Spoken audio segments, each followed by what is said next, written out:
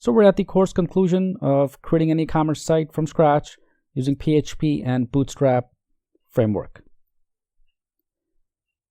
This crash course demonstrated creating an e-commerce site using Bootstrap framework, including creating the backend databases.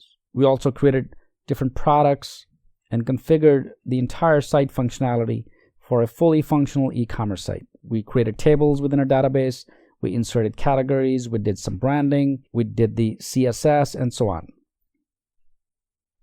So what did we cover and what did we learn in this course?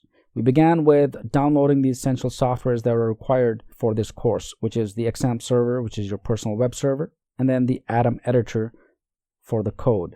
Next, we began to create the e-commerce site from scratch using PHP, and I demonstrated how to create effective style using our cascading style sheets, how to integrate HTML, and then finally for our database, how to use the SQL and integrate SQL within our code. Using PHPMyAdmin, we configured various databases, we created tables, multiple tables, added some categories, brands for our products, and then connected the database with our site so that products could be directly linked to our site instead of manually entering these products. And that we covered in the linking products with databases, and I demonstrated this in 2 parts.